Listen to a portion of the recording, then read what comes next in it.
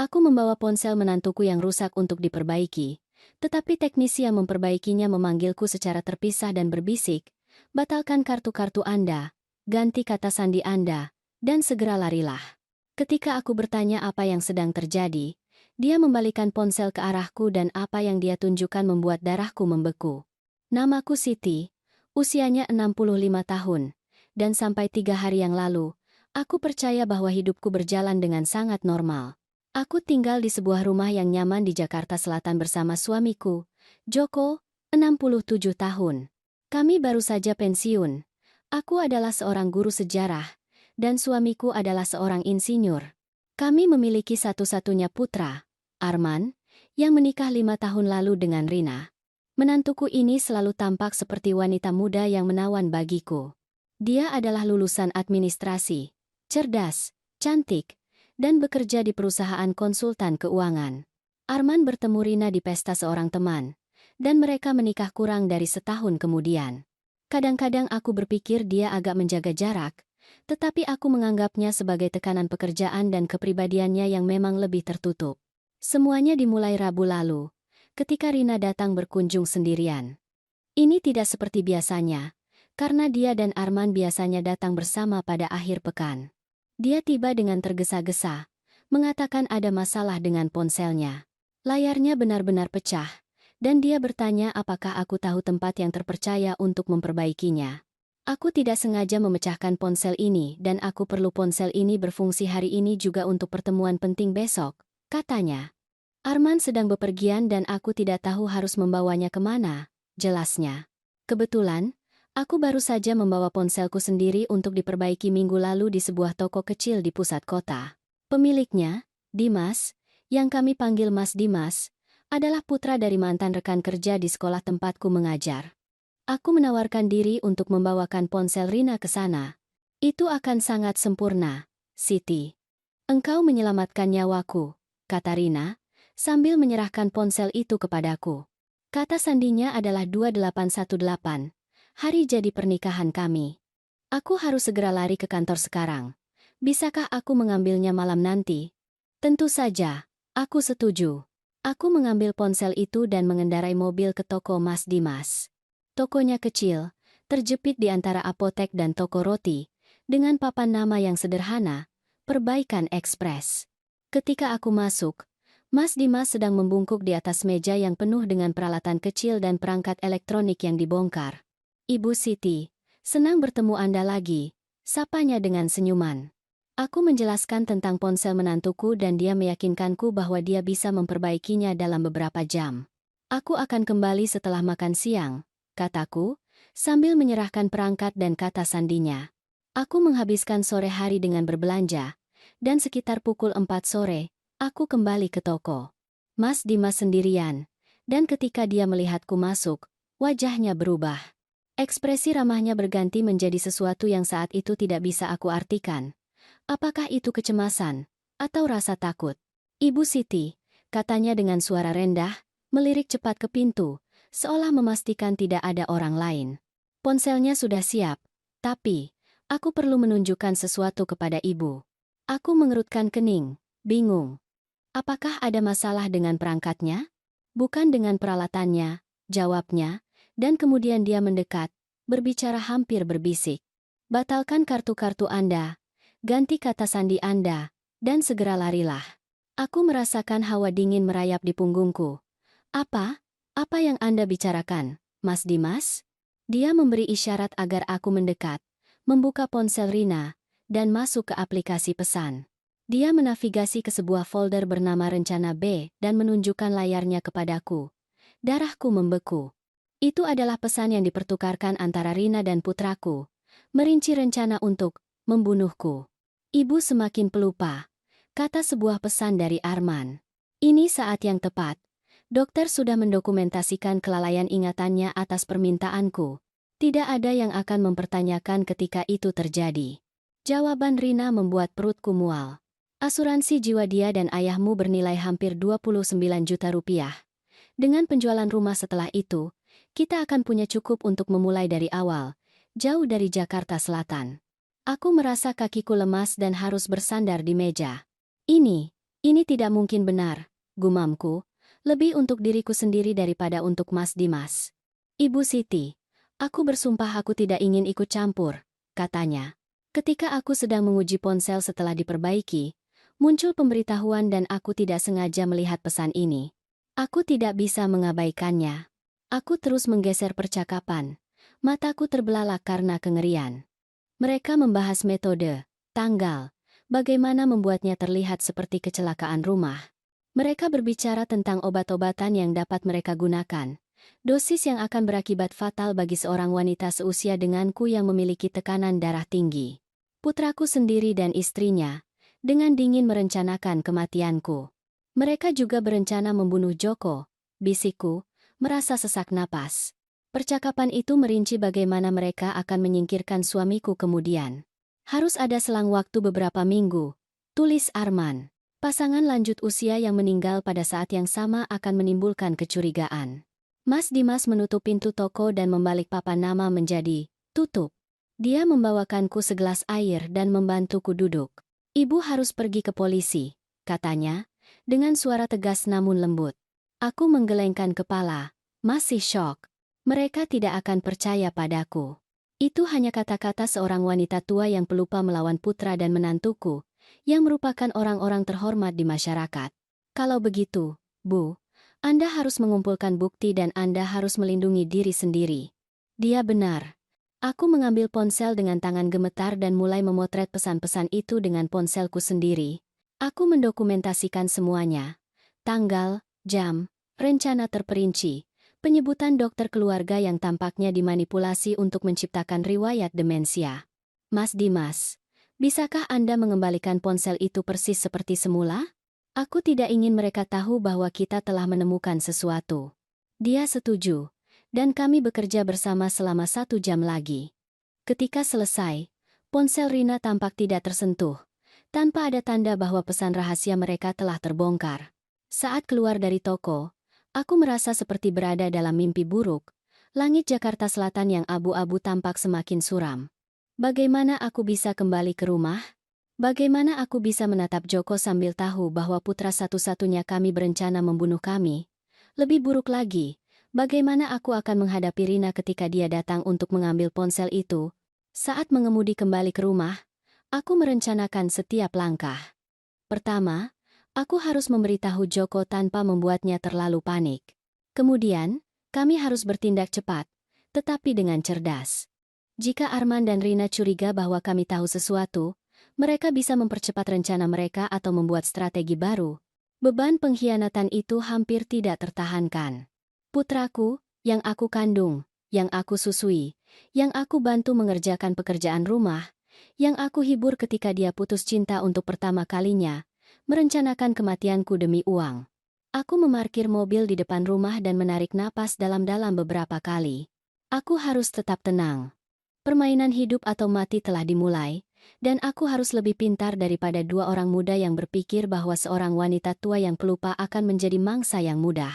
Mereka tidak tahu bahwa ibu ini pernah menghadapi situasi sulit ketika masih menjadi mahasiswi, membesarkan seorang putra sendirian saat suaminya bepergian untuk bekerja, dan selamat dari kanker payudara 5 tahun lalu.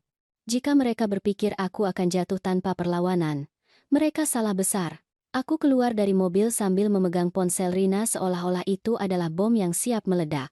Aku masuk ke rumah, di mana hidupku tidak akan pernah sama lagi. Joko berada di ruang tamu, menonton berita seperti yang dia lakukan setiap sore. Wajahnya yang akrab, dengan rambut abu-abu dan kacamata baca di ujung hidungnya, memberiku sekejap normalitas di tengah kekacauan yang terjadi dalam hidupku. Apakah masalah ponsel Rina sudah beres? Tanyanya tanpa sadar, tidak mengalihkan pandangan dari televisi. Aku menelan ludah. Ya, sudah diperbaiki. Aku harus memberitahunya, tetapi aku tidak tahu harus mulai dari mana. Bagaimana Anda memberitahu suami Anda selama 40 tahun bahwa putra tunggal Anda ingin kalian berdua mati? Joko, panggilku, suaraku lebih tegas dari yang aku duga. Aku perlu menunjukkan sesuatu padamu. Ini, serius. Abadi expenden. It is no man nakarin eras. It is no man den nakarin. Sesuatu dalam nadaku pasti membuatnya khawatir, karena dia segera mematikan televisi dan menatapku dengan penuh perhatian. Apa yang terjadi, Siti? Aku duduk di sampingnya dan menunjukkan foto-foto pesan yang telah aku ambil. Aku mengamati wajahnya saat dia membaca. Kebingungan awal, diikuti oleh ketidakpercayaan, lalu kengerian, dan akhirnya, rasa sakit yang begitu dalam sehingga aku pikir dia akan ambruk di tempat. Tidak, bisiknya, dengan suara tercekat. Pasti ada kesalahan. Arman, dia tidak akan pernah. Aku juga tidak ingin mempercayainya. Jawabku, memegang tangannya yang gemetar. Tapi itu mereka, Joko. Itu nomor Arman. Itu cara dia menulis. Dan Rina menjawab dari ponselnya, yang ada di sini bersamaku. Joko memejamkan mata, menarik napas dalam-dalam beberapa kali. Ketika dia membukanya lagi, aku melihat sesuatu yang jarang aku saksikan. Tekad yang mutlak. Apa yang akan kita lakukan? Tanyanya. Aku menjelaskan rencana awalku, mendokumentasikan semuanya, memeriksa rekening bank kami, mengubah kata sandi, membatalkan kartu bersama, mencari tahu dokter mana yang terlibat dalam hal ini. Kami harus bertindak seolah-olah tidak ada yang berubah, sementara secara rahasia mengumpulkan cukup bukti untuk menghadapi mereka atau, jika perlu, membawa semuanya ke polisi. Rina akan datang untuk mengambil ponsel malam ini, kataku memperingatkan. Kita harus bersikap normal. Bagaimana? Suara Joko tersekat. Bagaimana aku akan menatapnya sambil tahu bahwa sama seperti aku mengajar remaja untuk berpura-pura tertarik pada sejarah abad pertengahan selama 30 tahun, aku mencoba bercanda, tetapi senyumku terasa lemah. Satu langkah pada satu waktu, Joko. Hidup kita bergantung pada ini. Kami menghabiskan 1 jam berikutnya memeriksa rekening bank online. Kami menemukan sesuatu yang mengganggu. Sejumlah kecil uang telah ditransfer secara teratur dari rekening bersama kami ke rekening yang tidak dikenal dalam 3 bulan terakhir. Jumlahnya cukup rendah sehingga tidak menimbulkan kecurigaan. Rp100.000 di sini, Rp150.000 di sana, tetapi totalnya hampir Rp15 juta. Arman memiliki akses ke rekening kita, gumam Joko. Kita memberinya kuasa tahun lalu, ingat? Jika terjadi sesuatu pada kita, ironi itu terasa pahit. Kami sangat mempercayainya sehingga kami praktis memberinya alat untuk kehancuran kami sendiri. Kami mengganti semua kata sandi, membatalkan 2 kartu kredit yang dimiliki Arman sebagai tambahan, dan menelepon bank meminta pemblokiran setiap transaksi di atas Rp15 juta tanpa otorisasi langsung. Dan bagaimana dengan dokter? Tanya Joko. Dokter Budi telah merawat kami selama lebih dari 15 tahun. Dia adalah seorang teman. Kadang-kadang dia makan siang di rumah kami. Gagasan bahwa dia mungkin memalsukan laporan medis atas permintaan putraku hampir sama menyakitkannya dengan pengkhianatan Arman. Aku akan menjadwalkan konsultasi besok. Putusku. Sendirian. Aku ingin melihat apa yang dia katakan tentang ingatanku. Pada pukul 7 malam, bel pintu berbunyi. Joko dan aku saling pandang, tegang. Dia meremas tanganku. Janji diam bahwa kami akan tetap pada rencana kami. Aku membuka pintu sambil memaksakan senyum. Rina terlihat cantik seperti biasa, dengan rambut koklatnya yang ditata sempurna dan pakaian yang elegan. Penampilan yang terawat itu sekarang tampak seperti topeng yang sempurna untuk menyembunyikan keburukan di bawahnya. Siti, maaf datang terlambat. Bagaimana dengan teknisinya? Semua baik-baik saja, jawabku, sambil menyerahkan ponsel itu kepadanya. Mas Dimas melakukan pekerjaan yang hebat. Layarnya sudah seperti baru. End quote. You did it again. Dia menyalakan perangkat itu, memeriksanya dengan cepat, dan tersenyum. Sempurna. Berapa biayanya? Biarkan aku yang bayar. Jangan khawatir. Aku sudah membereskannya. Itu adalah kebaikan hatinya. Dia bahkan tidak membebankan biaya karena aku pelanggan lama. Rina ragu sejenak. Sedikit kerutan di alisnya yang sebelumnya tidak akan aku perhatikan. Apakah dia khawatir teknisi itu telah melihat sesuatu? Yakin? Dia tidak ingin aku merasa tidak nyaman. Tentu saya, nak. Mau masuk? Joko sedang menonton TV. Kami akan minum teh. Oh, aku tidak bisa hari ini. Aku ada presentasi besok pagi dan aku masih perlu meninjau beberapa data. Aku memperhatikan bagaimana dia menghindari menatapku secara langsung saat berbicara. Pembohong yang terampil. Tetapi sekarang karena aku tahu apa yang harus dicari, tanda-tanda kecil itu ada di sana. Aku mengerti. Kapan Arman kembali dari perjalanannya? Besok malam, jawabnya cepat. Kebohongan lain. Berdasarkan pesan-pesan itu, Arman tidak sedang bepergian. Dia ada di rumah, menunggu kabar darinya. Katakan padanya untuk segera mengunjungi kami, kataku, menjaga nada bicara tetap santai. Sudah hampir 2 minggu kami tidak melihatnya. Tentu, dia tersenyum, menyimpan ponsel itu di tasnya. Dia juga merindukan kalian. Oh, aku ingat. Apakah Anda sudah menemui dokter yang direkomendasikan Arman? Spesialis ingatan. Jantungku berdebar kencang, tetapi aku menjaga ekspresiku tetap netral. Kami belum sempat. Mengapa? Hanya saja. Dia ragu. Wajahnya adalah topeng kecemasan yang dibuat-buat. Arman berkomentar bahwa akhir-akhir ini Anda lupa beberapa hal penting. Nama, janji temu. Itu hanya perasaannya. Jawabku dengan tawa ringan. Ingatanku sangat bagus. Aku bahkan ingat hari Anda memakai pakaian yang sama ini di pesta ulang tahun sepupuku, Dewi, 2 bulan lalu. Aku melihat sesuatu melintas cepat di matanya. Frustrasi, kecemasan. Sebelum senyum sosialnya kembali. Yah, bagaimanapun juga, tidak ada salahnya untuk diperiksa, bukan? Pada usia Anda? Tentu, tentu. Aku akan menjadwalkan konsultasi segera. Kami berpamitan, dan begitu aku menutup pintu, aku bersandar di sana, lelah karena usaha berpura-pura normal. Joko menungguku di ruang tamu, tegang. Jadi, dia mencoba menanamkan gagasan tentang kehilangan ingatanku. Jawabku, duduk di sampingnya. Mereka sedang membangun panggung untuk ketika itu terjadi. Apa yang kita lakukan sekarang? Bertindak, jawabku.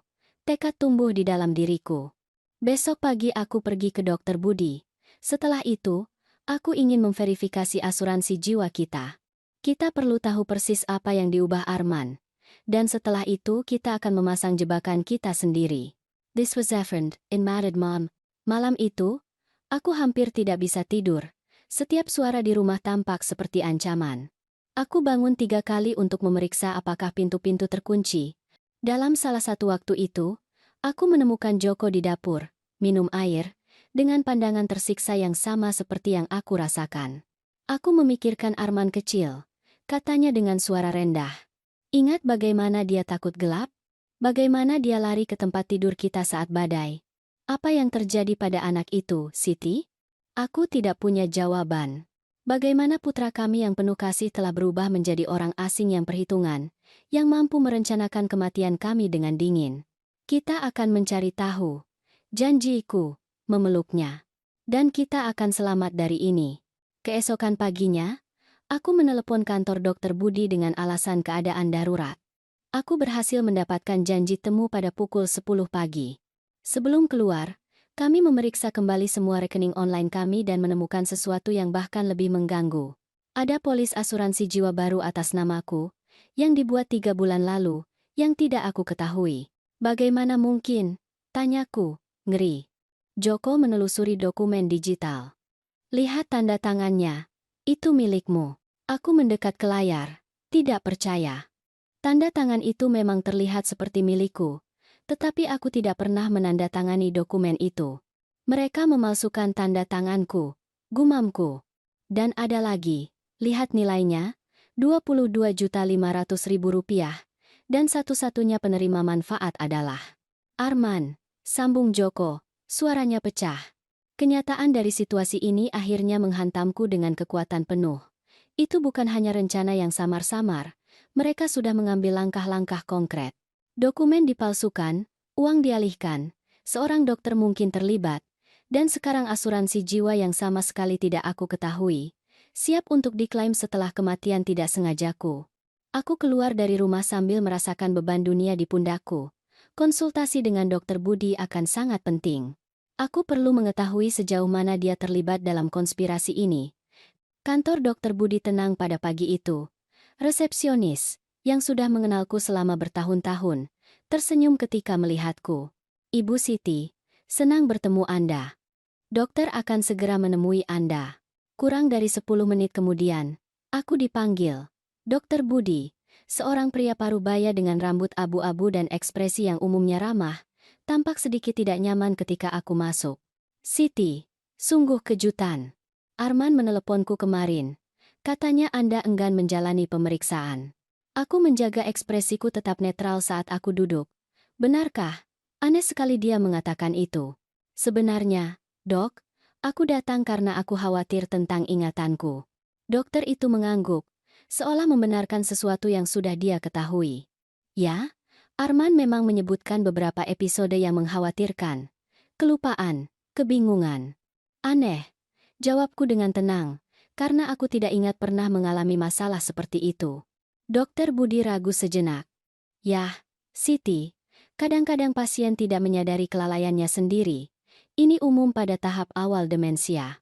Dan Anda sudah memiliki diagnosis. Tampaknya, dia tampak semakin tidak nyaman. Tidak, tentu saja tidak. Tetapi Arman menunjukkan beberapa video. Anda salah tanggal. Lupa nama orang terdekat. Video? Tanyaku. Benar-benar terkejut. Bisakah aku melihatnya?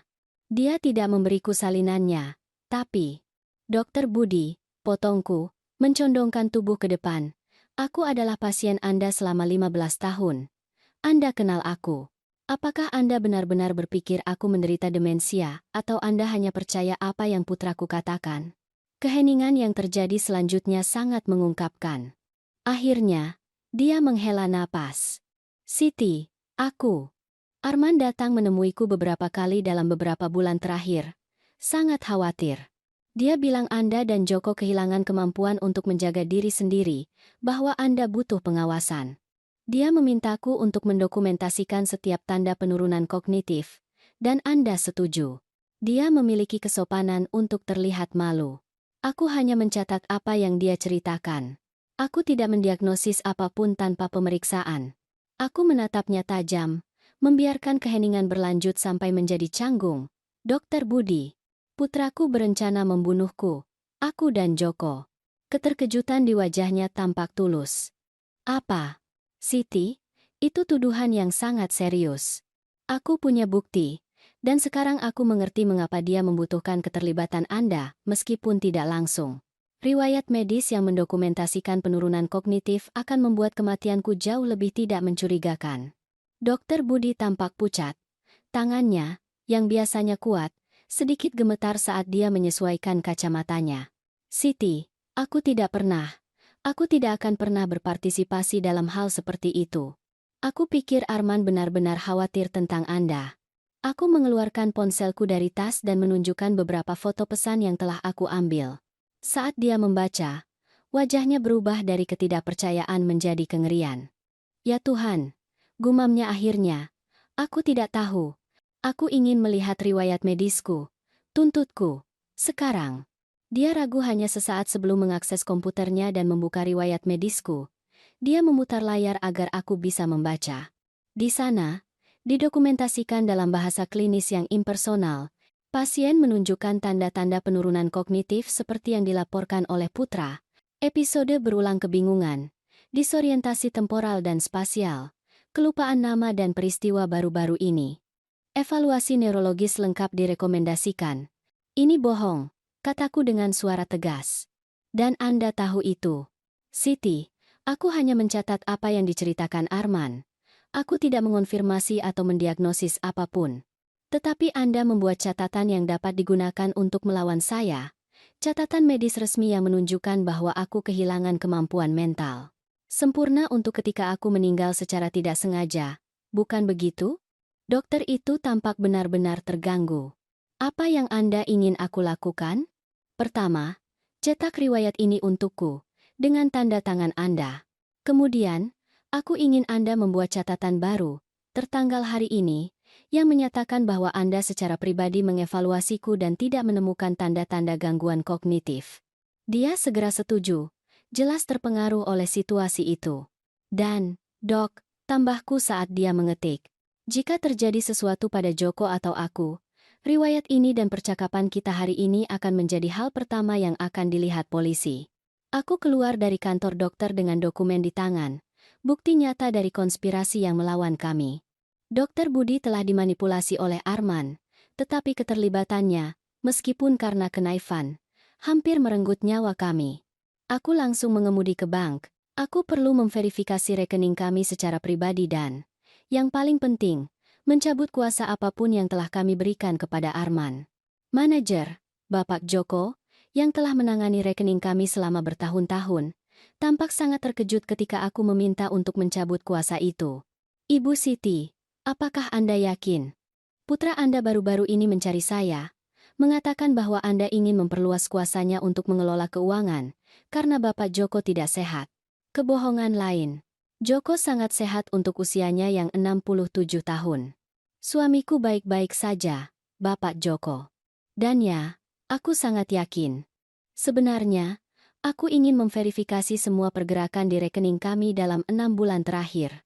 Kami menghabiskan 1 jam berikutnya meninjau laporan.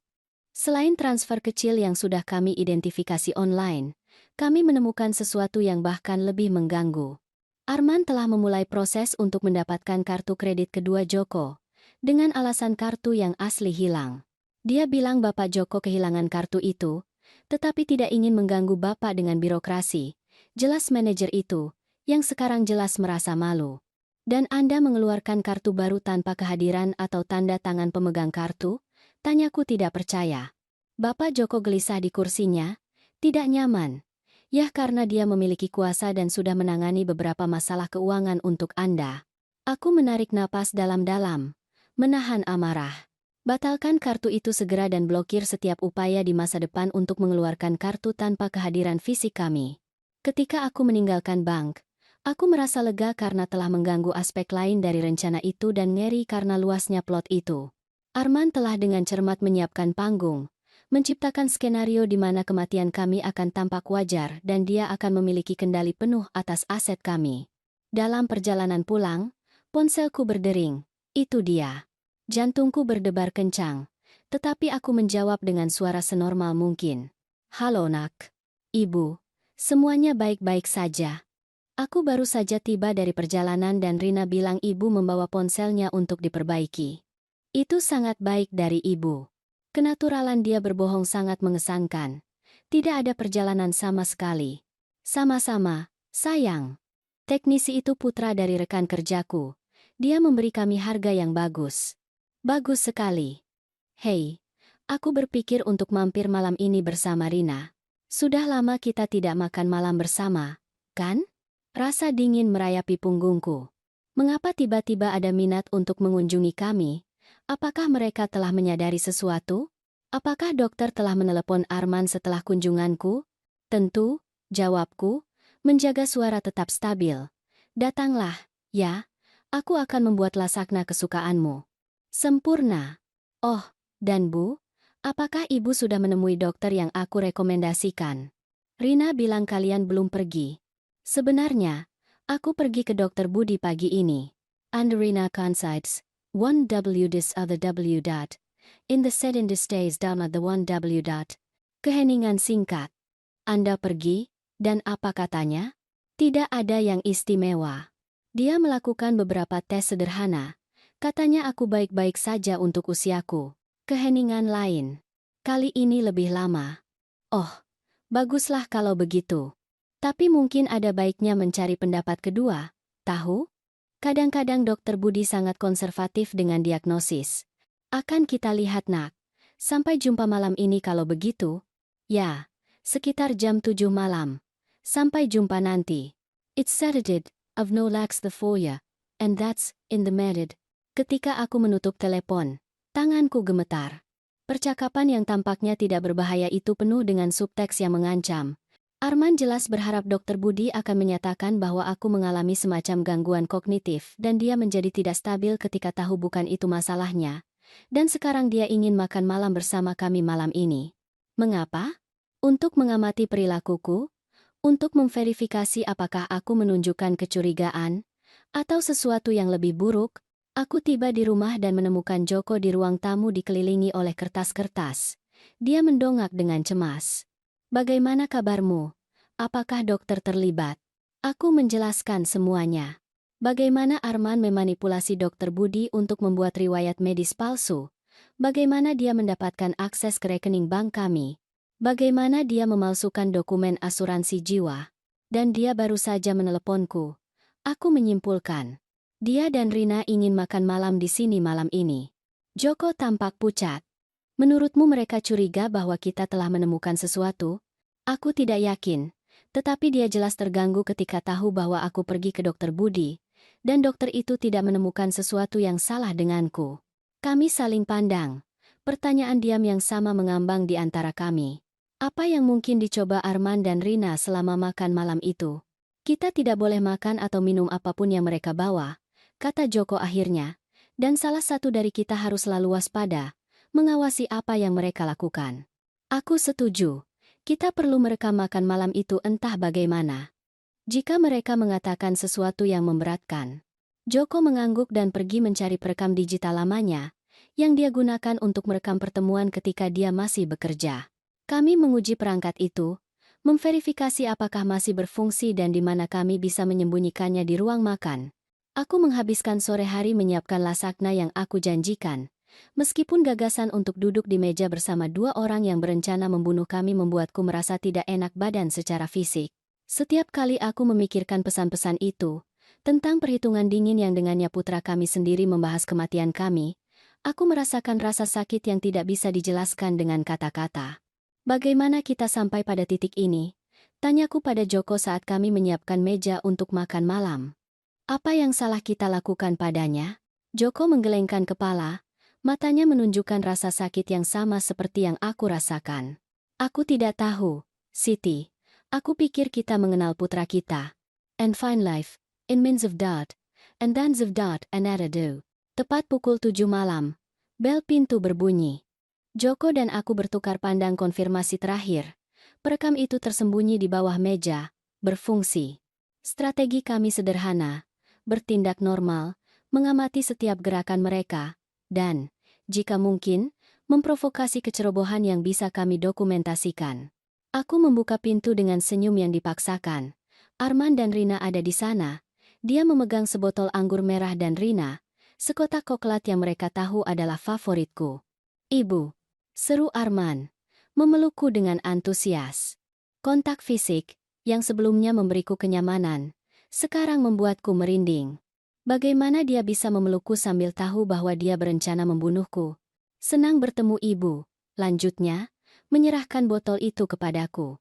Kami membawakan anggur spesial untuk hari ini. Oh, terima kasih, sayang.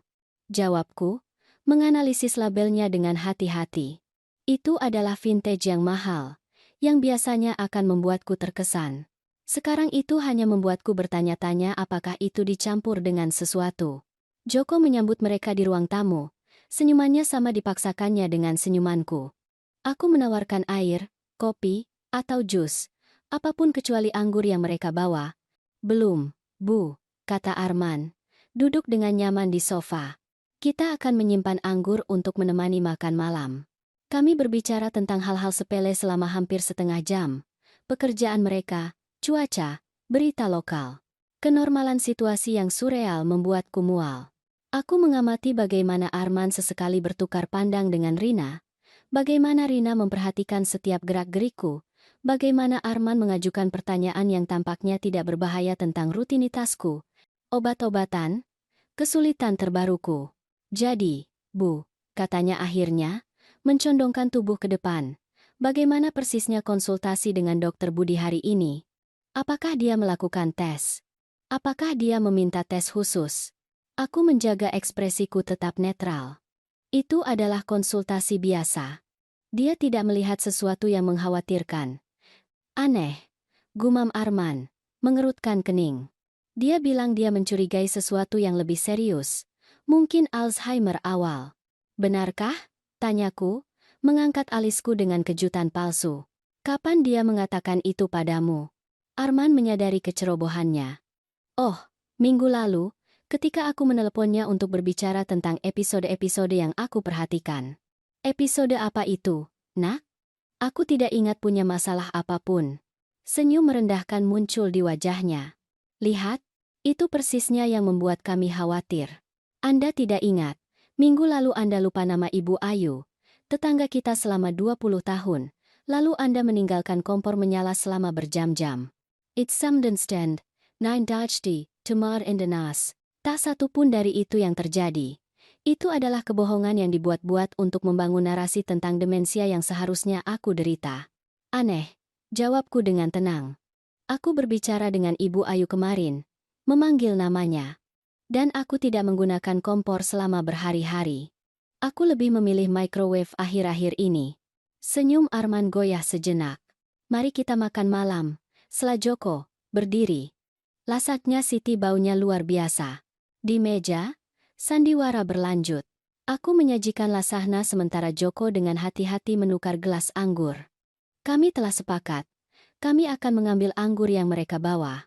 Kami akan berpura-pura menuangkan untuk diri kami sendiri, tetapi sebenarnya kami akan minum dari botol lain yang telah kami buka sebelumnya di dapur.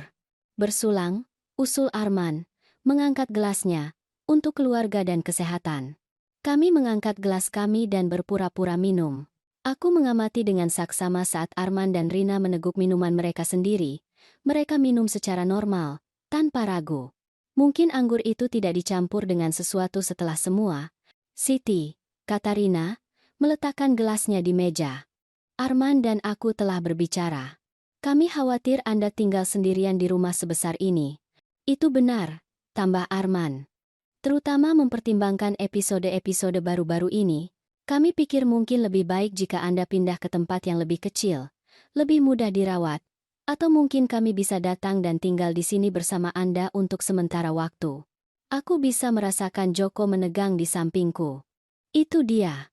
Mereka ingin pindah ke rumah kami, untuk lebih dekat agar bisa melaksanakan rencana itu. Baik sekali kalian, jawabku, menjaga suara tetap stabil. Tapi kami baik-baik saja, kan Joko? Tentu saya, tiasa setuju. Bahkan, kami sedang berpikir untuk bepergian segera, mungkin menghabiskan waktu di pantai, di Bali. Aku melihat Arman dan Rina bertukar pandang sekilas.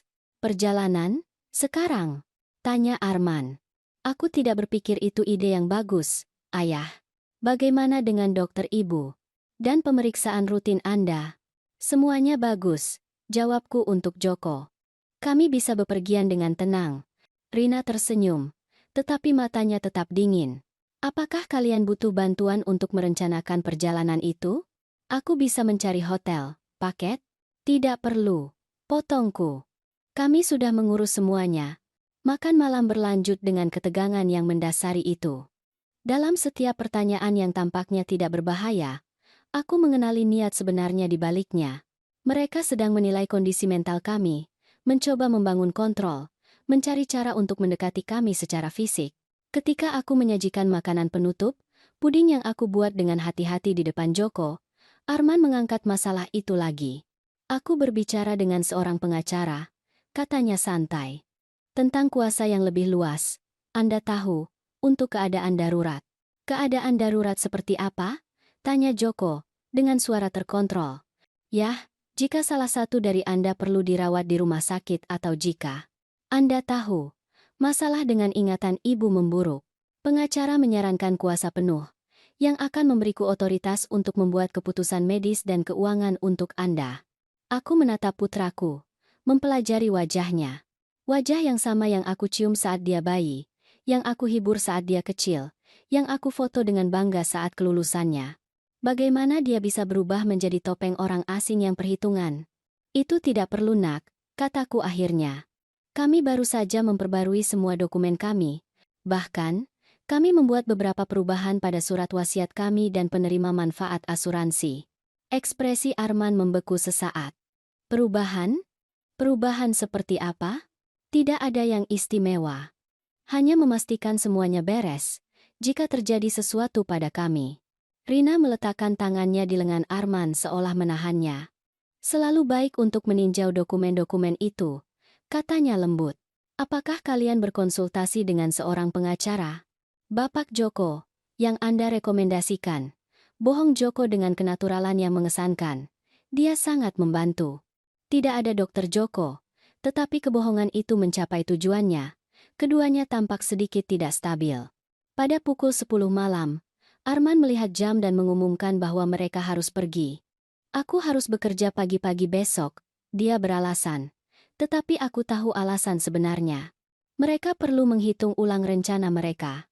Setelah banyak pelukan palsu dan janji kosong untuk lebih sering mengunjungi kami, mereka akhirnya pergi. Begitu pintu tertutup, Joko dan aku ambruk di sofa, lelah secara fisik karena upaya untuk mempertahankan penampilan. Mereka curiga, bisik Joko. Apakah mereka menyadari bahwa ada sesuatu yang berubah? Aku setuju. Bangkit untuk mengambil perekam. Kami memundurkan rekaman, mendengarkan kembali seluruh percakapan. Implikasinya jelas. Arman dan Rina masih bertekad untuk melanjutkan rencana itu, tetapi gerakan kami baru-baru ini konsultasi medis, perubahan bank, penyebutan surat wasiat telah membuat mereka berhati-hati. Mereka akan mencoba sesuatu segera, kata Joko. Mereka tidak bisa menunggu lebih lama lagi. Sekarang kita mulai mengambil tindakan perlindungan. Kita butuh bukti yang lebih konkret, kataku. Rekaman itu membantu, tetapi belum cukup untuk polisi. Bagaimana jika kita mencoba membuat mereka mengaku? Menghadapi mereka secara langsung. Aku menggelengkan kepala. Terlalu berisiko. Mereka akan menyangkal semuanya dan menjadi lebih waspada. Malam itu, kami memeriksa semua kunci 3 kali sebelum tidur. Meskipun demikian, aku tidur dengan telepon di samping tempat tidur dan kursi bersandar di pintu kamar tidur. Tindakan pencegahan yang tidak pernah aku bayangkan perlu aku ambil terhadap putraku sendiri. Keesokan paginya, aku terbangun karena suara mobil yang parkir. Aku bergegas ke jendela dan melihat Rina keluar dari mobil van hitamnya. Sendirian. Pukul 8 pagi pada hari kerja, ketika dia seharusnya berada di tempat kerja. Joko, panggilku segera. Rina ada di sini. Dia bangun dengan cepat. Masih mengantuk. Sendirian. Di mana Arman? Aku tidak tahu. Aku akan membuka pintu, tetapi tetaplah dekat. Aku menuruni tangga, mencoba mengendalikan napas. Mengapa Rina datang sepagi ini, tanpa memberitahu apa yang dia inginkan? Aku membuka pintu bahkan sebelum dia sempat menekan bel. Wajahnya menunjukkan kejutan sesaat, dengan cepat digantikan oleh senyum yang dipaksakan. Siti, maaf datang sepagi ini. Aku sedang dalam perjalanan ke kantor dan berpikir untuk meninggalkan dokumen-dokumen ini yang Arman siapkan untuk Anda. Dia memegang sebuah map kuning.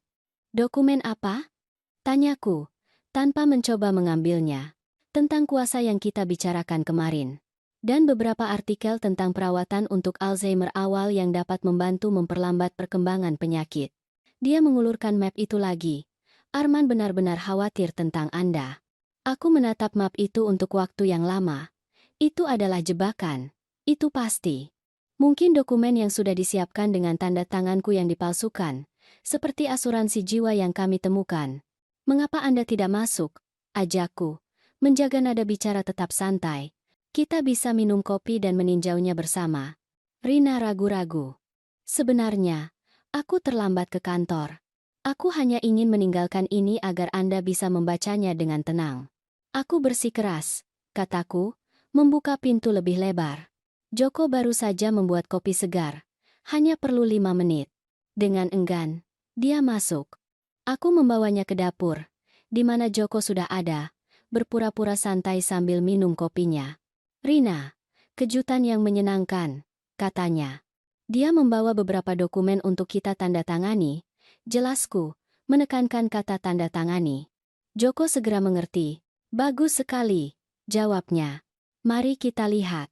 Rina tampak semakin tidak nyaman saat Joko mengambil map itu dan mulai memeriksa dokumen-dokumen itu. Aku mengamatinya dengan saksama, memperhatikan bagaimana matanya mengikuti setiap gerakannya. Bagaimana jari-jarinya mengetuk meja dengan gugup. Menarik, gumam Joko setelah beberapa menit. Kuasa ini akan memberi Arman kendali penuh atas keuangan dan keputusan medis kita. Ini praktis akan membuat kita tidak kompeten secara hukum. Itu hanya tindakan pencegahan. Rina membenarkan dengan cepat, mengingat kondisi Siti. Kondisi apa tepatnya? Tanyaku langsung. Yah, kelalaian ingatan, kebingungan. Dia ragu, tampaknya menyadari bahwa dia berada di wilayah berbahaya. Arman melihat beberapa episode. Aneh, komentarku, Dokter Budi tidak menemukan hal seperti itu kemarin. Indexed, unreladexed, in video life and the DAX. Dokter bisa salah, balasnya, mendapatkan kembali ketenangannya. Itu sebabnya pentingnya pendapat kedua dengan spesialis. Joko meletakkan dokumen-dokumen itu kembali ke map dan mendorongnya ke arah Rina. Kami menghargai kekhawatiran itu, tetapi kami tidak akan menandatangani ini. Bahkan, kami sudah memulai prosedur untuk mencabut kuasa terbatas yang kami berikan kepada Arman tahun lalu. It's that it, the man nine. It's that it Ruga. Keterkejutan di wajahnya tulus dan sesaat, dengan cepat digantikan oleh ekspresi kecemasan yang dipelajari.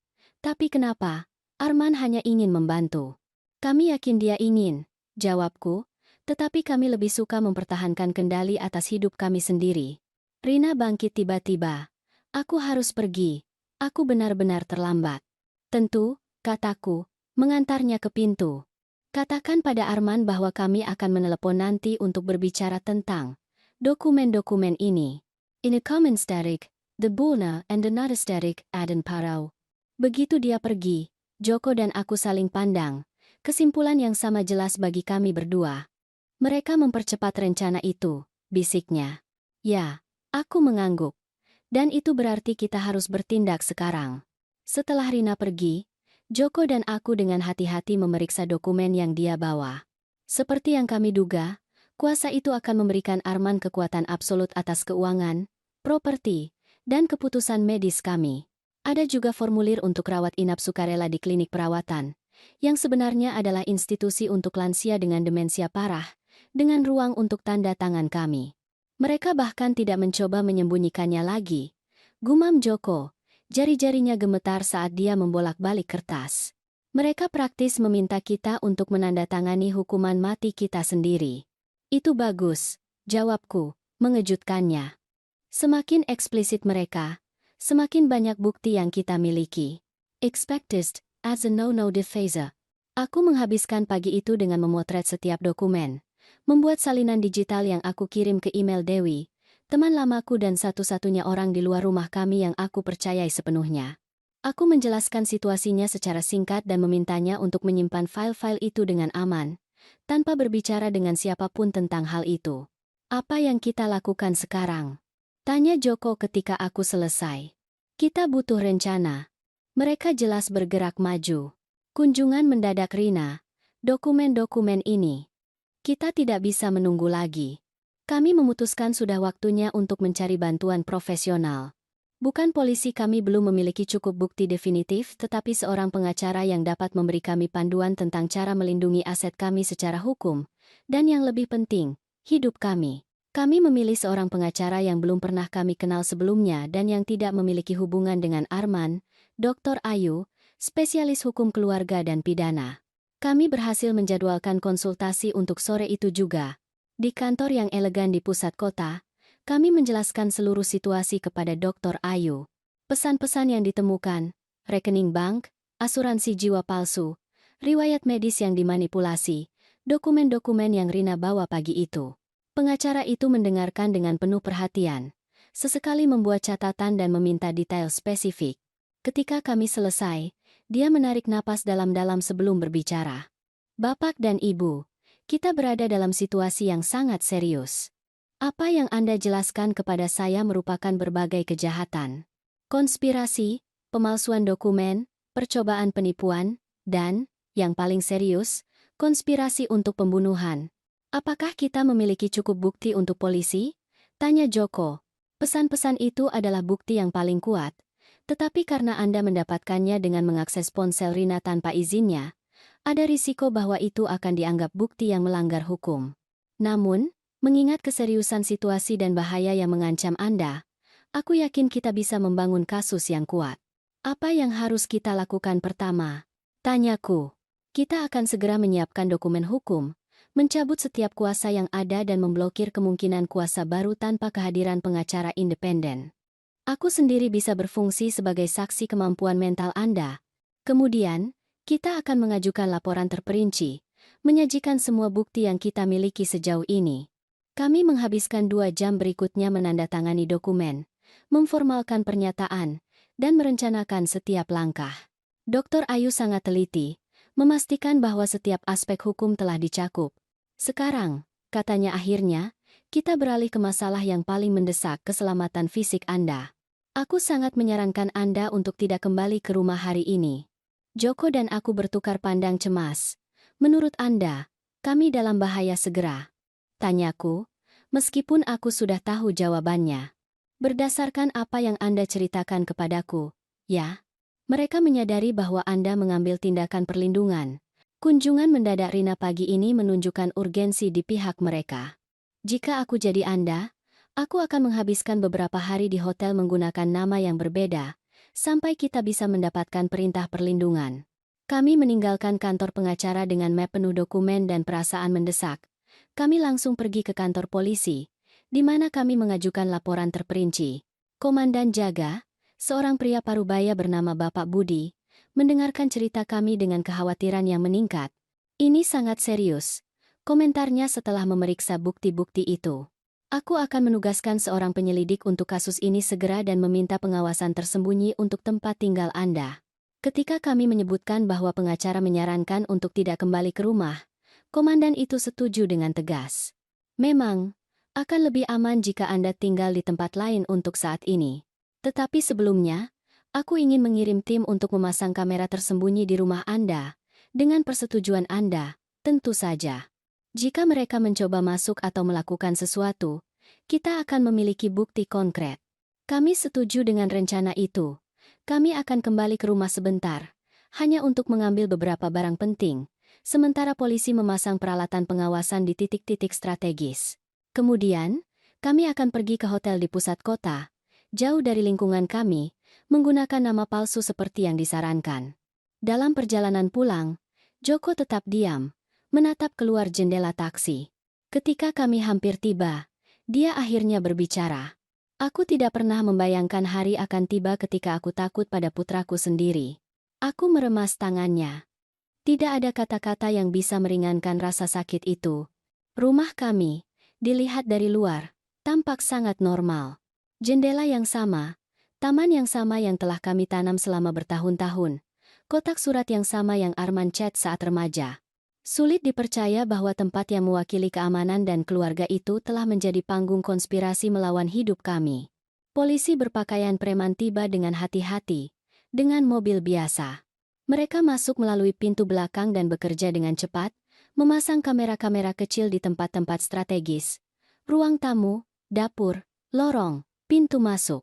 Mereka menjelaskan bahwa gambar-gambar itu akan ditransmisikan langsung ke kantor polisi dan dipantau 24 jam sehari. Sementara itu, Joko dan aku mengumpulkan barang-barang penting, pakaian untuk beberapa hari, obat-obatan, dokumen penting. Aku menghindari menatap foto-foto keluarga di dinding, benda-benda yang menceritakan kisah hidup kami bersama. Setiap kenangan sekarang tercemar oleh pengkhianatan. Kami sudah siap, kata polisi yang bertanggung jawab atas pemasangan. Kamera-kamera itu praktis tidak terlihat oleh mata telanjang, tetapi mereka menangkap semuanya dengan definisi tinggi. Jika seseorang masuk, kita akan tahu. Dia menyerahkan kartu kecil dengan nomor telepon kepada kami. Ini adalah saluran langsung ke tim kami. Keadaan darurat apapun, segera telepon. Ketika kami hendak pergi, ponselku berdering. Itu Arman. Aku menatap polisi yang mengangguk, menunjukkan bahwa aku harus menjawab secara normal. Halo. Jawabku, mencoba terdengar wajar. Ibu, di mana kalian? Aku mampir ke rumah dan tidak ada yang menjawab. Jantungku berdebar kencang. Dia pergi ke rumah kami saat kami pergi. Mengapa? Kami sedang berbelanja di pusat perbelanjaan. Aku berbohong. Kami butuh beberapa barang. Oh, aku mengerti. Aku khawatir. Kalian tidak pernah keluar tanpa memberitahu. Kepalsuan dalam suaranya membuatku mual. Itu keputusan mendadak. Kami akan segera kembali ke rumah. Sempurna. Karena aku punya kejutan untuk kalian. Aku menunggu kalian di sini. Aku membeku. Dia ada di rumah kami saat ini juga. Kejutan? Tanyaku, menjaga suara tetap stabil. Ya, aku membawakan anggur yang kalian suka. Aku berpikir untuk menghabiskan sore bersama, mengobrol tentang dokumen-dokumen yang Rina tinggalkan pagi ini. Polisi itu memberi isyarat agar aku melanjutkan percakapan. Baik sekali, nak. Kami akan tiba dalam setengah jam. Kira-kira. Sempurna. Aku menunggu kalian. Oke. Ketika aku menutup telepon, polisi itu sudah menghubungi rekan-rekannya. Tersangka di tempat. Ulangi. Tersangka di tempat. Jaga jarak. Tetapi bersiaplah. Berbalik ke arah kami. Dia menjelaskan. Kita akan membiarkan dia masuk. Kita akan mengamati apa yang dia lakukan. Jika dia mencoba menanam sesuatu, obat-obatan, racun, apapun, kita akan memilikinya di video. Itu akan menjadi bukti yang tak terbantahkan. And then wait, the so that, in Dunedin, and analyze. Rencana itu masuk akal. Tetapi gagasan Arman berkeliaran di rumah kami, mungkin menyiapkan jebakan, membuatku takut. Bagaimana jika dia menemukan kamera? Tanya Joko. Sangat tidak mungkin. Mereka seukuran kancing dan ditempatkan di tempat-tempat strategis. Selain itu, kami memiliki agen yang diposisikan secara tersembunyi di blok ini. Kami pergi ke kafe terdekat, di mana kami menunggu berita dengan cemas. Dengan setiap menit berlalu, aku membayangkan apa yang Arman lakukan di rumah kami, menyiapkan jebakan, menanam bukti untuk melawan kami, mengobrak-abrik barang-barang kami mencari sesuatu. Setelah 40 menit yang terasa seperti keabadian, polisi itu menerima panggilan. Dia mendengarkan dengan saksama, mengangguk setuju. Dia pergi, katanya saat menutup telepon, dan kami memiliki sesuatu yang menarik dalam rekaman itu. And the way they did nice. And the way they did goes now in 20. Kami kembali ke kantor polisi dengan cepat, di mana kami dibawa ke ruangan dengan beberapa monitor. Komandan Budi sudah ada di sana, menonton rekaman dari kamera yang dipasang di rumah kami. Bapak dan Ibu Joko, dia menyambut kami dengan serius. Aku pikir Anda harus melihat ini. Di layar, kami melihat Arman masuk ke dapur dengan 2 tas plastik. Dia melihat sekeliling, memverifikasi bahwa dia sendirian, dan kemudian mulai bertindak secara metodis. Dia mengeluarkan beberapa wadah obat dari tas dan memasukkannya ke dalam lemari obat kami, mencampurnya dengan obat kami. Kemudian dia membuka sebotol anggur, mungkin kejutan yang dia sebutkan, dan menambahkan semacam bubuk putih, mencampurnya dengan hati-hati sebelum menutupnya kembali dengan gabus. Akhirnya, dia mengeluarkan perangkat elektronik kecil dari sakunya yang tidak kami kenali dan memasangnya secara tersembunyi di bawah meja dapur, mungkin mikrofon atau kamera.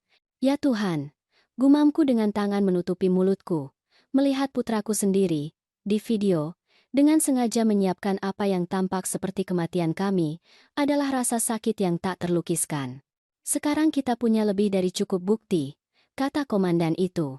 Aku akan mengeluarkan surat perintah penangkapan untuk Arman dan Rina segera. Apa? Apa yang dia masukkan ke dalam lemari obat kami? Tanya Joko dengan suara gemetar. Kami perlu menganalisisnya.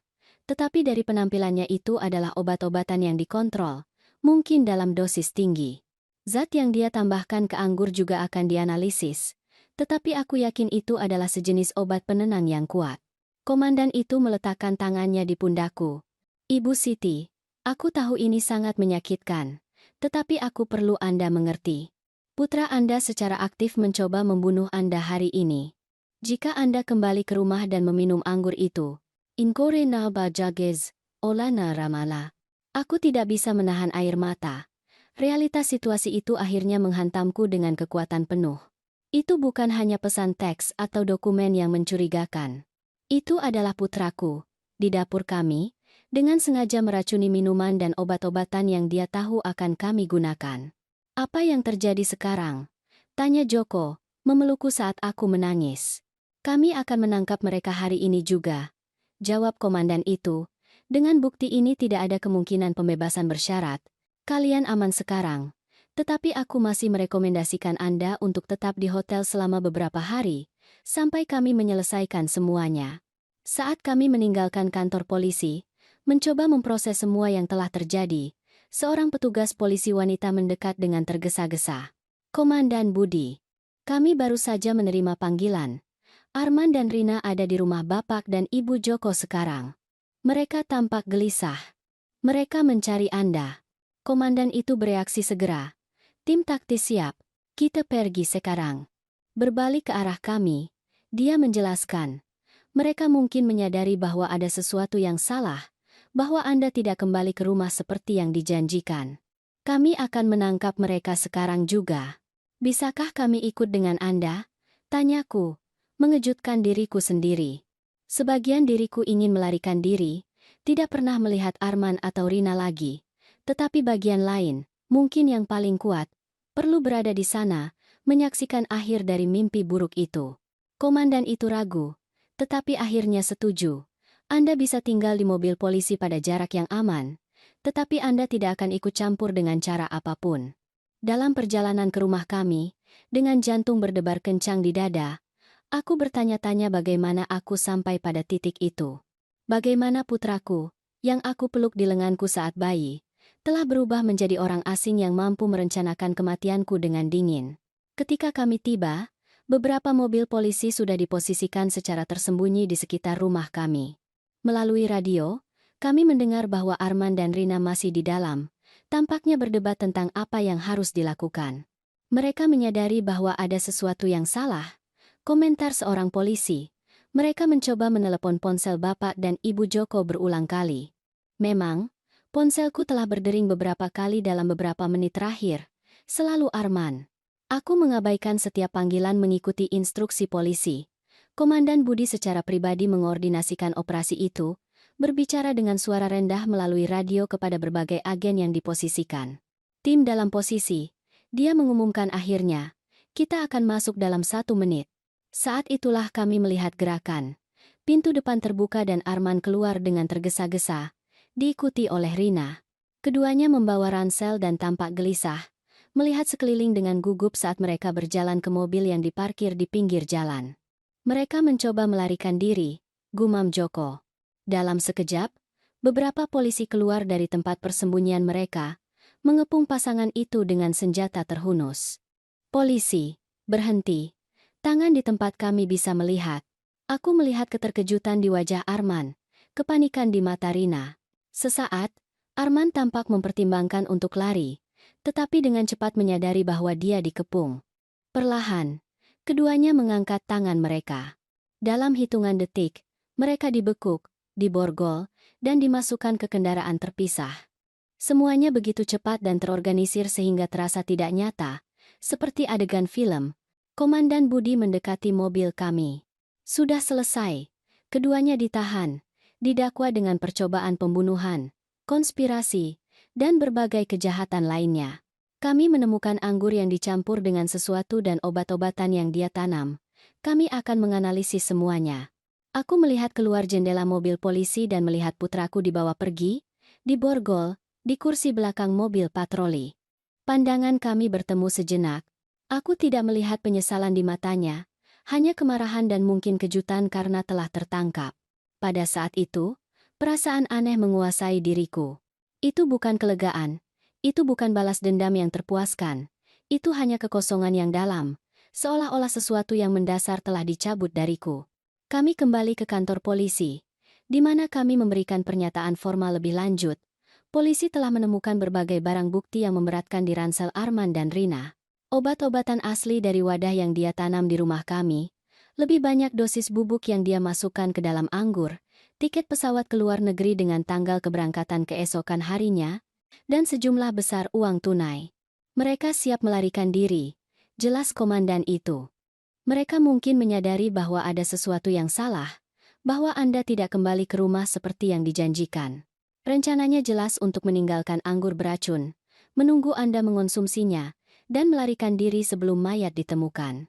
Joko memegang tanganku erat-erat saat kami mendengarkan. Setiap detail baru seperti pisau yang menembus hatiku. Anda bisa melihatnya. Jika Anda mau, tawar komandan setelah menyelesaikan prosedur birokrasi. Mereka berada di sel terpisah, menunggu pemindahan.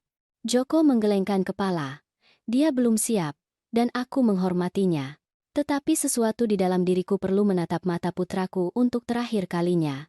Aku ingin melihat Arman, kataku, mengejutkan kami semua, termasuk diriku sendiri. Komandan itu membawaku melalui lorong yang panjang dan dingin ke sebuah ruangan kecil dengan meja dan 2 kursi. Kami akan membawanya ke sini. Kami akan mengamati melalui kaca, dan jika Anda merasa tidak nyaman, Anda hanya perlu mengangkat tangan, dan kami akan mengakhirinya segera. Indenar in this current dalis time, indenar nare kabuniu mari, indenar kabuniu mari, indenar kabuniu mari. Aku mengangguk, duduk dengan punggung tegak dan tangan bersilang di atas meja untuk menyembunyikan getarannya. Beberapa menit kemudian, pintu terbuka dan Arman masuk, diborgol dan dikawal oleh seorang polisi. Wajahnya pucat, matanya merah, rambutnya acak-acakan. Dia tampak 10 tahun lebih tua hanya dalam beberapa jam. Polisi itu menyuruhnya duduk di depanku dan keluar, tetap berada di luar pintu. Selama hampir 1 menit kami tetap diam, hanya saling menatap. Arman adalah yang pertama berbicara. "Kalian menjebakku," katanya, dengan suara rendah dan pahit. "Semua ini adalah kesalahpahaman besar. Jangan berbohong padaku," jawabku dengan tenang. "Tidak sekarang. Sudah berakhir, Arman." Dia mengalihkan pandangannya, rahangnya tegang. "Apa yang ibu ingin aku katakan? Aku ingin tahu mengapa. Mengapa ayahmu sendiri dan aku? Apa yang kami lakukan sehingga pantas mendapatkan ini?" Arman tertawa tanpa humor. "Kalian tidak akan mengerti. I'm sending, I go beyond justifies. Coba jelaskan padaku. Aku punya banyak waktu sekarang." Dia menatapku lagi, sesuatu yang dingin dan perhitungan di matanya yang belum pernah aku perhatikan sebelumnya. "Uang, Bu. Itu selalu tentang uang. Kalian punya begitu banyak. Rumah, pensiun, investasi, asuransi, dan apa yang kalian lakukan dengan semua itu? Tidak ada. Menjalani hidup sederhana kalian, menabung setiap rupiah seolah-olah kalian akan hidup selamanya." Aku merasakan pukulan dari kata-katanya, tetapi aku tetap tenang, dan itu membenarkan membunuh kami. Awalnya itu ide Rina, dia mengakui, seolah itu membebaskannya entah bagaimana. Dia bekerja di bidang keuangan, dia menyadari berapa nilai kalian, dan dia bosan menunggu. "Mengapa menunggu puluhan tahun untuk warisan?" katanya, "ketika kita bisa memulai hidup kita yang sebenarnya sekarang? Dan Anda setuju?" "Begitu saja?" Dia mengangkat bahu. "Itu tidak segera, tetapi dia meyakinkanku bahwa itu akan lebih baik untuk semua orang. Kalian sudah tua, pada akhirnya akan mulai memiliki masalah kesehatan, menderita. Itu akan menjadi bantuan. Sebenarnya, kedinginan saat dia berbicara membuat darahku membeku. Ini bukan putra yang aku kenal, atau pikir aku kenal. Bantuan, aku mengulangi perlahan. Meracuni orang tua Anda sendiri akan menjadi bantuan. Itu tidak akan menyakitkan, jawabnya seolah itu penting. Anda hanya akan tertidur dan tidak bangun, tanpa penderitaan, seperti anggur yang Anda siapkan hari ini. End quote, I low described. In you common. Arman terdiam sejenak. "Bagaimana kalian tahu? Itu pesan di ponsel Rina kan? Teknisi bodoh itu." "Ya, itu pesan-pesan itu, tetapi bahkan tanpanya kami akan menyadari pada akhirnya. Anda tidak secerdas yang Anda pikirkan, nak."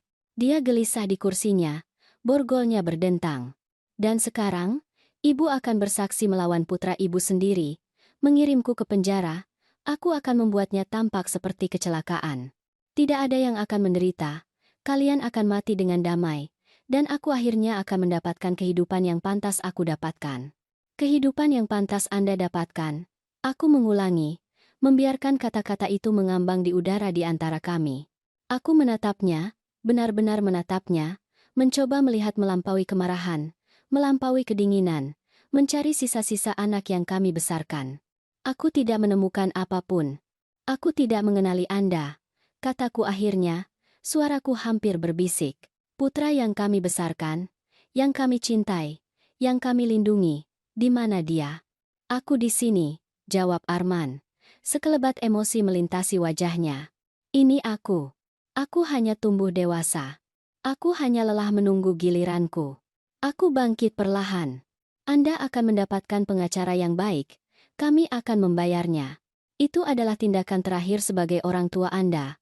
Tetapi jangan berharap apa-apa lagi dari kami, Arman. Apa yang Anda lakukan tidak bisa ditarik kembali." Undercoden style zaming Enaden. "Ibu?" Dia memanggilku ketika aku sudah di pintu. "Ibu tidak mengerti. Aku hanya ingin kesempatan untuk hidup yang sebenarnya. Aku berbalik untuk terakhir kalinya. Kami memberi Anda setiap kesempatan, nak. Pendidikan, cinta, dukungan, pilihan bagaimana hidup adalah milik Anda, dan Anda memilih ini. Aku keluar dari ruangan sambil merasa seolah-olah setiap langkah membutuhkan usaha besar. Di lorong aku menemukan Joko menunggu, mata merah, wajah ditandai oleh air mata yang bahkan tidak dia coba sembunyikan. Apa yang dia katakan padamu? Tanyanya dengan suara rendah. Kebenaran. Akhirnya, jawabku. Dia melakukan semuanya demi uang. Kematian kami hanya akan menjadi sarana baginya untuk mendapatkan kehidupan yang pantas dia dapatkan. Joko memejamkan mata, rasa sakit yang dalam menyiksa wajahnya. Bagaimana kita tidak menyadari? Bagaimana kita tidak melihat apa yang dia menjadi? Aku tidak punya jawaban. Pertanyaan yang sama menyiksaku. Bagaimana orang tua yang hadir di setiap momen penting, yang merayakan setiap pencapaian, yang mengajarkan nilai-nilai dan prinsip, bisa membesarkan seseorang yang mampu merencanakan pembunuhan orang tua mereka sendiri dengan dingin? Kami meninggalkan kantor polisi dalam keheningan, menuju hotel di mana kami akan menghabiskan malam-malam berikutnya. Dalam perjalanan, Joko jarang berbicara, tenggelam dalam pikirannya sendiri. Aku tahu dia menghidupkan kembali setiap momen membesarkan Arman, mencari titik yang tepat di mana ada sesuatu yang salah. Di hotel, tempat yang sederhana namun nyaman di pusat kota, kami meminta kamar dengan 2 tempat tidur single.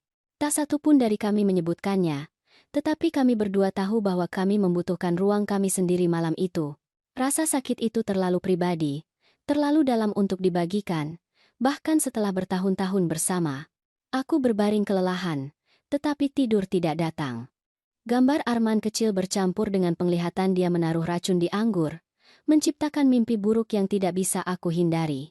Ketika aku akhirnya tertidur, itu adalah tidur yang gelisah, penuh dengan mimpi yang membingungkan, di mana aku berlari melalui koridor tak berujung, dikejar oleh bayangan dengan wajah putraku.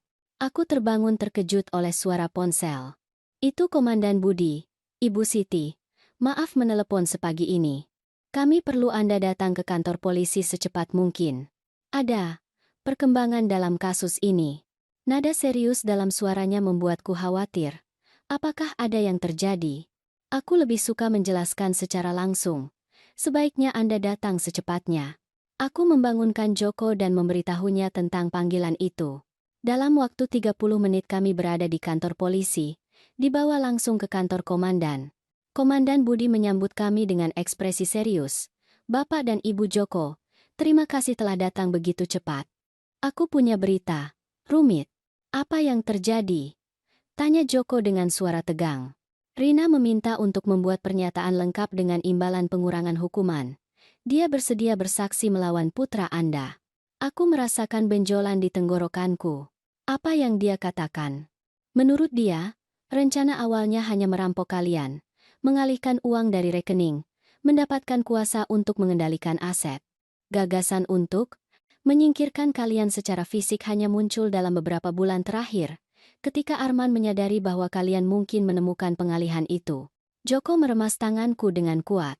Dia juga mengklaim, lanjut komandan itu, bahwa Arman juga berencana membunuhnya setelah kalian meninggal dan dia memiliki akses ke semua uang itu. Pengungkapan itu jatuh seperti bom. Putraku berencana membunuh istrinya sendiri? Bisikku. Menurut dia, ya. Dia menemukan pesan dari Arman dengan wanita lain, membahas bagaimana mereka akan membagi uang setelah masalah Rina diselesaikan. Aku memejamkan mata, mencoba menyerap lapisan kengerian baru itu. Tidak cukup dengan merencanakan kematian kami. Arman bersedia menyingkirkan siapapun yang menghalangi dia dan uang. Ada lagi, kata Budi, nadanya bahkan lebih serius. Kami menganalisis bubuk yang dia masukkan ke dalam anggur. Itu adalah campuran obat penenang yang kuat dan zat yang disebut Adelpha. Sangat beracun, menyebabkan serangan jantung. Dan kami menemukan bukti bahwa dia sudah mencoba sebelumnya. Bagaimana bisa? Tanya Joko. Sampel rambut Anda, Ibu Siti, menunjukkan jejak zat yang sama. Kemungkinan besar diberikan dalam dosis kecil untuk mensimulasikan masalah kesehatan alami. Itu akan menjelaskan kelalaian ingatan yang dia klaim Anda miliki. Itu bukan kelalaian. Itu adalah gejala keracunan bertahap. Ruangan itu tampak berputar di sekitarku. Aku mencengkeram tepi meja untuk menstabilkan diri, saat kenyataan kejam menghantamku. Putraku sudah mulai meracuniku. Perlahan, secara metodis. Sudah berapa lama? Aku berhasil bertanya.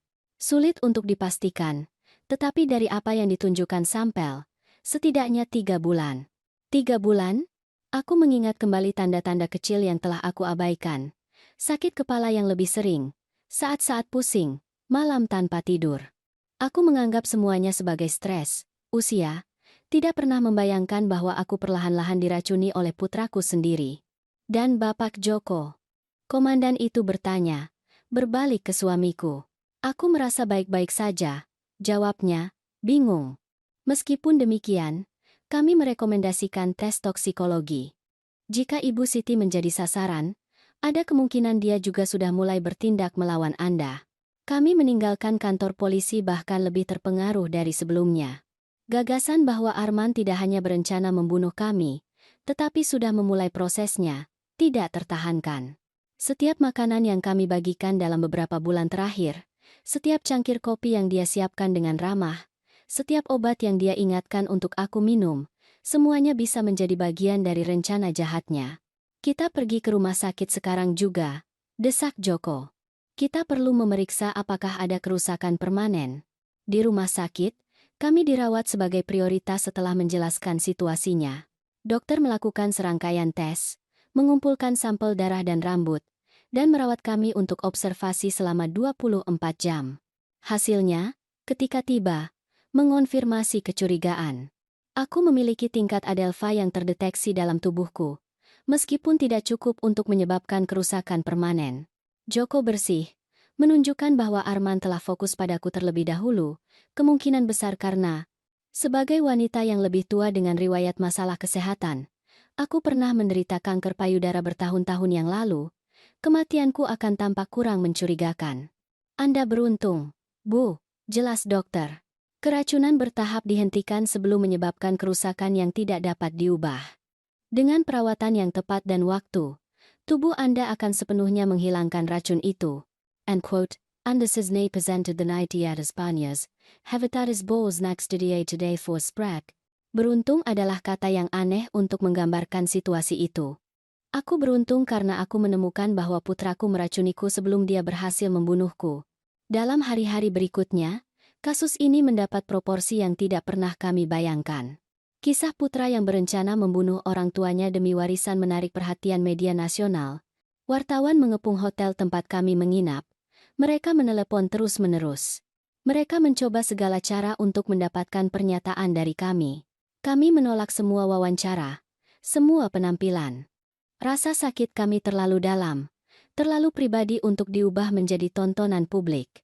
Dr. Ayu, pengacara kami, menjadi juru bicara resmi kami, mengelola semua aspek hukum dan menjaga pers agar tidak mendekat. Dia yang membawakan kami berita bahwa Arman akan didakwa dengan percobaan pembunuhan yang diperparah, dengan pemberatan keracunan yang direncanakan dan motif keji. Jika terbukti bersalah, dia akan menghadapi hukuman penjara puluhan tahun. Seminggu setelah penangkapan Arman dan Rina, kami akhirnya merasa aman untuk kembali ke rumah. Polisi telah menghapus semua peralatan pengawasan, tetapi memasang sistem alarm yang terhubung langsung ke kantor polisi, hanya untuk tindakan pencegahan, seperti yang dikatakan Komandan Budi. Memasuki rumah itu lagi adalah salah satu hal tersulit yang pernah aku lakukan. Setiap ruangan menyimpan kenangan, beberapa indah, yang lain sekarang tercemar oleh pengetahuan tentang apa yang telah menjadi Arman. Di ruang tamu, foto-foto keluarga tampak mengejek kami. Arman kecil tersenyum di hari pertamanya sekolah. Arman remaja bangga dengan piala renangnya. Arman dewasa di pernikahannya dengan Rina. Momen-momen yang menangkap kehidupan yang sekarang kami tahu, setidaknya sebagian, adalah ilusi. Joko berjalan perlahan mengelilingi rumah, menyentuh benda-benda, menatap foto-foto, seolah mencoba mendamaikan masa lalu yang bahagia dengan masa kini yang menghancurkan. Kita perlu pindah, katanya akhirnya. Aku tidak bisa tinggal di sini. Tahu apa yang terjadi di dapur ini, di rumah ini. Aku setuju dalam diam. Rumah yang telah menjadi tempat perlindungan kami selama puluhan tahun sekarang dipenuhi dengan pengkhianatan dan bahaya. Malam itu, berbaring di tempat tidur kami, bergandengan tangan dalam kegelapan, Joko menyuarakan pikiran yang menyiksaku. Apakah kita akan pernah mengerti apa yang terjadi? Bagaimana putra kita berubah menjadi ini? Aku tidak tahu, jawabku jujur. Mungkin beberapa hal tidak memiliki penjelasan. Mungkin beberapa orang hanya memilih jalan yang salah, terlepas dari bagaimana mereka dibesarkan. Kami berbicara dengannya, Siti, berkali-kali. Tentang kejujuran, tentang kerja keras, tentang keluarga. Mengapa itu tidak cukup? Mungkin bagi sebagian orang tidak ada yang pernah cukup. Mungkin kekosongan di dalam diri mereka tidak akan pernah bisa diisi. Kami tetap diam untuk waktu yang lama, masing-masing tenggelam dalam pikirannya sendiri. Akhirnya, Joko berbicara lagi. Apa yang kita lakukan sekarang? Bagaimana kita melanjutkan setelah ini? Itu adalah pertanyaan yang juga aku ajukan pada diriku sendiri. Bagaimana membangun kembali kehidupan ketika fondasi itu sendiri telah dihancurkan? Bagaimana percaya lagi ketika pengkhianatan datang dari orang yang paling kita cintai? Satu hari pada satu waktu, jawabku, meremas tangannya. Kita mulai lagi, di tempat lain. Saling mendukung. Dalam minggu-minggu berikutnya kami menjual rumah, memulai proses pencarian rumah baru, dan mencoba entah bagaimana membangun kembali perasaan normalitas. Kami menemukan sebuah apartemen kecil di pusat kota, sama sekali berbeda dari rumah luas tempat kami membesarkan Arman, dan kami mulai, perlahan, hanya memindahkan barang-barang yang tidak membawa kenangan menyakitkan. Sementara itu, kasus pengadilan berlanjut. Rina mencapai kesepakatan dengan kejaksaan, setuju untuk bersaksi melawan Arman dengan imbalan hukuman yang dikurangi. Arman, di sisi lain, tetap teguh dalam menyangkal tuduhan yang paling serius, mengklaim bahwa semuanya hanyalah kesalahpahaman keluarga dan bahwa bukti-bukti telah dimanipulasi. 2 bulan setelah penangkapannya, kami menerima surat darinya dari penjara. Joko ingin membakarnya tanpa membaca, tetapi sesuatu di dalam diriku perlu tahu apa yang dia katakan. Surat itu pendek, ditulis dengan tulisan tangan yang akrab yang akan aku kenali di mana saja. Ibu dan ayah, aku tahu kalian mungkin tidak ingin mendengar dariku, tetapi aku perlu mengatakan ini. Semua yang aku lakukan adalah karena cinta. Ya, aku menginginkan uang, aku menginginkan kebebasan, tetapi aku juga ingin menyelamatkan kalian dari penderitaan menjadi tua, menjadi tergantung, kehilangan martabat. Aku tidak mengharapkan pengampunan. Aku tahu apa yang aku lakukan tidak termaafkan di mata kalian. Tetapi aku ingin kalian tahu bahwa itu bukan karena kebencian. Itu karena ambisi, ya? Karena keserakahan mungkin, tetapi juga karena bentuk cinta yang menyimpang. Suatu hari, ketika kalian siap, aku ingin melihat kalian lagi. Sampai saat itu, ketahuilah bahwa, terlepas dari segalanya, aku masih putra kalian, Arman. Aku membaca surat itu 3 kali, mencoba menemukan ketulusan dalam kata-kata itu, sisa-sisa putra yang aku kenal, tetapi yang aku lihat hanyalah manipulasi lebih lanjut, upaya lebih lanjut untuk membenarkan hal yang tidak dapat dibenarkan. Karena cinta, gumamku, melipat surat itu. Dia mencoba membunuh kami karena cinta. Joko, yang akhirnya memutuskan untuk membacanya juga, menggelengkan kepala dengan sedih. Dia masih tidak mengerti. Mungkin dia tidak akan pernah mengerti. Aku menyimpan surat itu di laci dan tidak pernah membalas. Mungkin suatu hari, ketika rasa sakit itu tidak begitu tajam, ketika aku bisa memikirkan Arman tanpa merasakan campuran cinta dan pengkhianatan yang menghancurkan itu, aku akan menemukan kata-kata untuk menjawab. Tapi tidak sekarang. Tidak selama luka itu masih berdarah.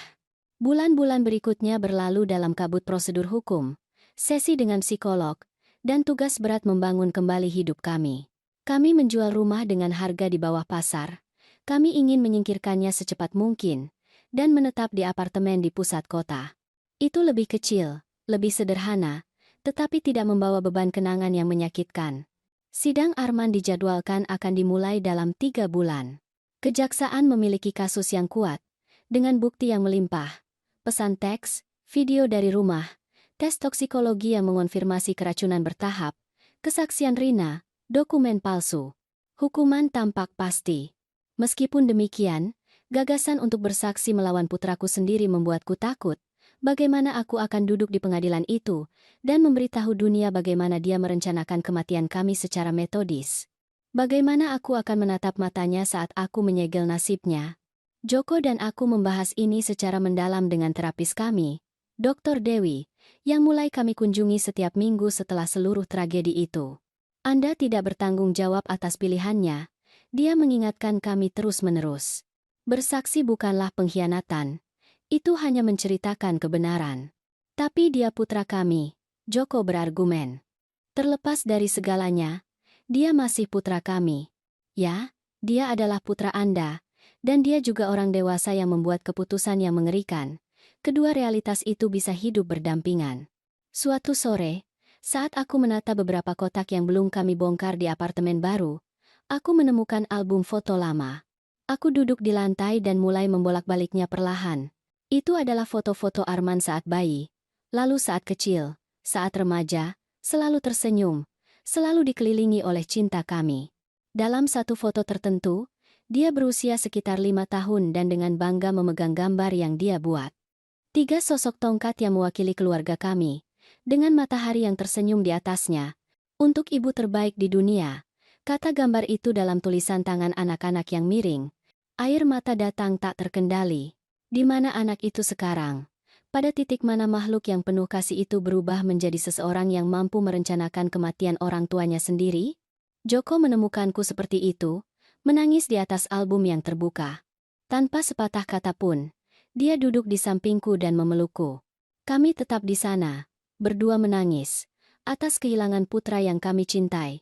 Bukan karena kematian fisiknya, tetapi karena kematian dari apa yang kami yakini dia. Minggu berikutnya, kami menerima kunjungan tak terduga. Dewi, temanku dari perpustakaan yang telah membantuku mendokumentasikan bukti melawan Arman, membawa serta sebuah map dengan clipping koran lama. Siti, Joko. Dia memulai dengan bersemangat. Aku menemukan sesuatu yang perlu kalian lihat.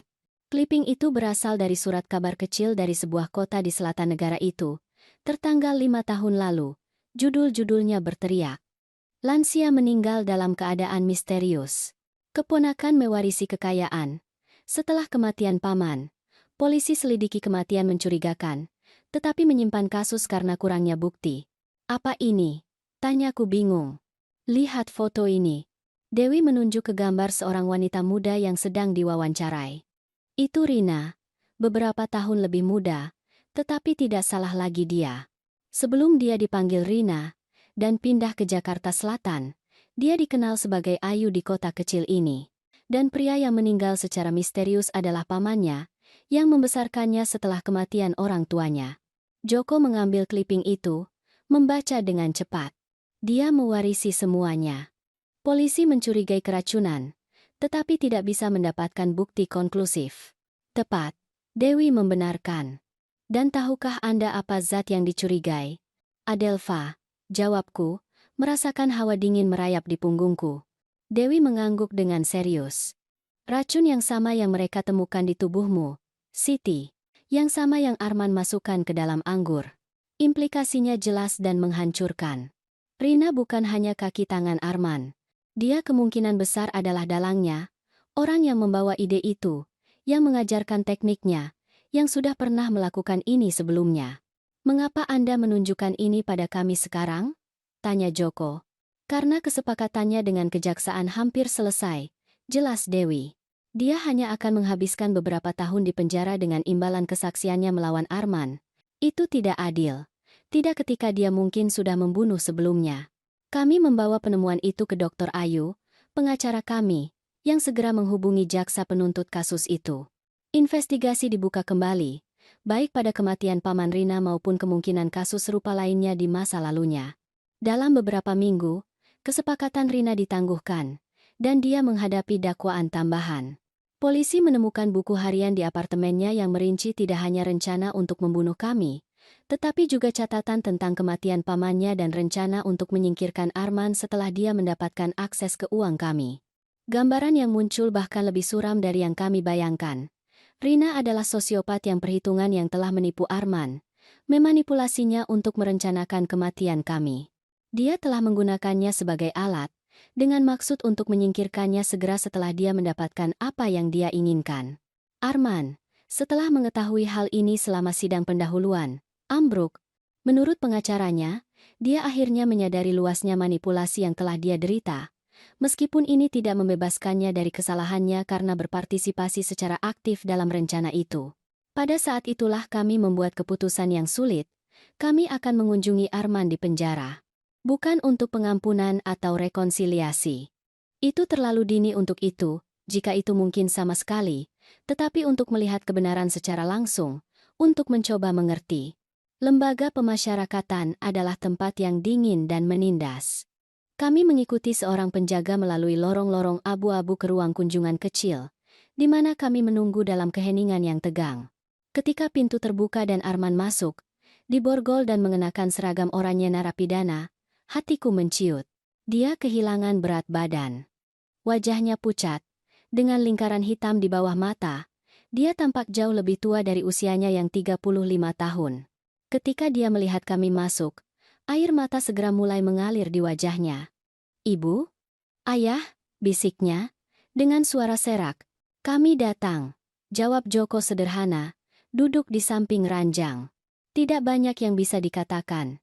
Jurang di antara kami terlalu luas untuk diisi dengan kata-kata. Tetapi berada di sana, menawarkan sedikit kenyamanan manusia itu, terasa penting, tidak hanya untuk Arman, tetapi juga untuk kami.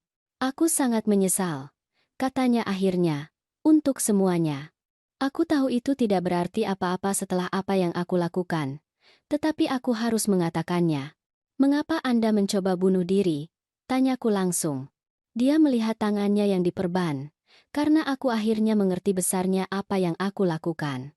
Bukan hanya rencana, kebohongan, manipulasi, tetapi betapa aku menyakiti kalian, betapa aku menghancurkan, dan aku menyadari bahwa aku tidak akan pernah bisa memperbaikinya. Untuk pertama kalinya sejak semuanya terjadi, aku melihat sesuatu di matanya yang tampak tulus. Bukan manipulasi, bukan rasa kasihan diri, tetapi pemahaman nyata tentang rasa sakit yang telah dia sebabkan. "Anda benar," kata Joko, suaranya lembut namun tegas. "Beberapa hal tidak bisa diperbaiki, tetapi itu tidak berarti Anda harus menyerah." "Mengapa? Apa yang tersisa bagiku?" "Hidup." Jawabku sederhana. "Tidak sempurna, sulit, di dalam tembok ini selama bertahun-tahun, tetapi tetap saja, hidup. Kesempatan untuk, mungkin, suatu hari, melakukan sesuatu yang baik dengannya." Kami hanya berada di sana selama setengah jam. Kami tidak berjanji untuk kembali secara teratur, juga tidak menawarkan pengampunan yang mudah. Kami hanya mengucapkan selamat tinggal, meninggalkan kemungkinan, meskipun tipis, dari semacam hubungan di masa depan. Dalam perjalanan kembali ke rumah, Joko dan aku tetap diam untuk waktu yang lama, memproses kunjungan itu, emosi yang bertentangan yang ditimbulkannya. "Apakah itu hal yang benar untuk dilakukan?" tanyanya akhirnya. "Aku tidak tahu apakah ada hal yang benar dalam situasi seperti ini," jawabku. "Aku hanya tahu bahwa aku tidak menyesal pergi." Tudan, 4 tahun setelah menemukan konspirasi melawan hidup kami, Joko dan aku merayakan 45 tahun pernikahan. Kami memutuskan untuk tidak melakukan sesuatu yang mewah, hanya makan malam yang tenang di rumah, dengan beberapa teman yang tetap di sisi kami selama badai. Saat makan malam, saat aku mengamati Joko menceritakan sebuah kisah yang membuat semua orang tertawa, aku menyadari sesuatu yang penting. Kami bahagia lagi. Tidak dengan cara yang sama seperti sebelumnya. Ada bekas luka yang tidak akan pernah hilang sepenuhnya, tetapi dengan cara yang lebih dalam, lebih sadar. Kami telah menghadapi yang terburuk yang bisa ditawarkan kehidupan dan selamat. Kami telah membangun kembali sesuatu dari kekacauan, menemukan makna setelah kehancuran, dan, mungkin yang paling penting, kami telah memilih untuk tidak membiarkan pengkhianatan meracuni sisa hidup kami. Arman terus berada di penjara, di mana dia akan menghabiskan bertahun-tahun lagi. Setelah percobaan bunuh diri, dia tampaknya telah menemukan semacam tujuan. Dia mulai belajar hukum melalui program untuk narapidana, dengan gagasan untuk akhirnya membantu narapidana lain. Kami mengunjunginya sesekali, tidak sering, tetapi cukup untuk mempertahankan hubungan yang tipis. Rina menjalani hukumannya di lembaga pemasyarakatan dengan keamanan maksimum, menolak kontak apapun dengan kami. Menurut apa yang kami dengar, dia terus menyangkal tanggung jawab atas semua kejahatannya, selalu menyalahkan orang lain. Adapun kami belajar untuk membawa kisah kami tanpa membiarkannya mendefinisikan kami sepenuhnya. Ketika kami bertemu orang baru, kebenaran pada akhirnya akan terungkap. Kota kami tidak terlalu besar, dan kasus ini terkenal. Tetapi kami menemukan bahwa sebagian besar orang bersimpati, menghormati rasa sakit kami. Beberapa malam, aku masih terbangun terkejut, mengingat saat di toko elektronik ketika Mas Dimas memutar layar ponsel ke arahku dan duniaku runtuh. Kadang-kadang, Joko masih mengalami mimpi buruk, di mana Arman berhasil menyelesaikan rencananya. Tetapi bayangan-bayangan masa lalu itu muncul lebih jarang sekarang, diatasi oleh cahaya masa kini, kegembiraan kecil sehari-hari, teman-teman baru, hobi yang ditemukan kembali, cinta yang selamat dari hal yang tak terbayangkan. Pada malam ulang tahun pernikahan kami yang ke-45, setelah semua tamu pergi, Joko dan aku duduk di balkon apartemen kami, menatap langit berbintang. Siapa sangka? Komentarnya, memegang tanganku. Bahwa setelah semua, kita masih akan berada di sini, bersama. Penyintas. Aku tersenyum, meremas tangannya. Lebih dari itu, koreksi Joko, hidup. Dan dia benar. Kami tidak hanya bertahan hidup. Kami hidup sepenuhnya, secara sadar, bersyukur. Kami telah belajar dengan cara yang paling sulit bahwa hidup itu rapuh, bahwa hubungan yang paling intim dapat menyembunyikan rahasia yang mengerikan, bahwa pengkhianatan dapat datang dari tempat yang paling tidak terduga. Tetapi kami juga belajar bahwa kekuatan manusia luar biasa, bahwa mungkin untuk memulai dari awal, bahkan setelah kehancuran terburuk, bahwa cinta sejati bukan versi menyimpang yang Arman klaim rasakan dapat selamat, bahkan dari badai terburuk. 5 tahun setelah sore yang naas di toko elektronik itu, aku melihat ke belakang dan melihat tidak hanya tragedi, tetapi juga pertumbuhan yang datang setelahnya. Aku tidak memilih jalan ini, aku tidak meminta rasa sakit ini, tetapi aku menerima tantangan untuk membangun kembali, untuk menemukan makna, untuk terus mencintai terlepas dari segalanya. Dan mungkin itu adalah kemenangan terbesar. Tidak membiarkan kebencian, kepahitan, atau ketakutan mendefinisikan sisa hidupku. Memilih, setiap hari, kasih sayang, keberanian, dan harapan, bahkan tahu betapa gelapnya dunia ini. Mas Dimas, tanpa dia sadari, memberiku lebih dari sekadar kesempatan untuk bertahan hidup secara fisik sore itu. Dia memberiku kesempatan untuk menemukan kekuatan yang tidak aku ketahui aku miliki. Kekuatan tidak hanya untuk mengungkap konspirasi, tetapi untuk membangun kembali kehidupan dari awal, untuk mencintai lagi, untuk percaya terlepas dari bekas luka. Dan untuk itu, aku akan selamanya bersyukur.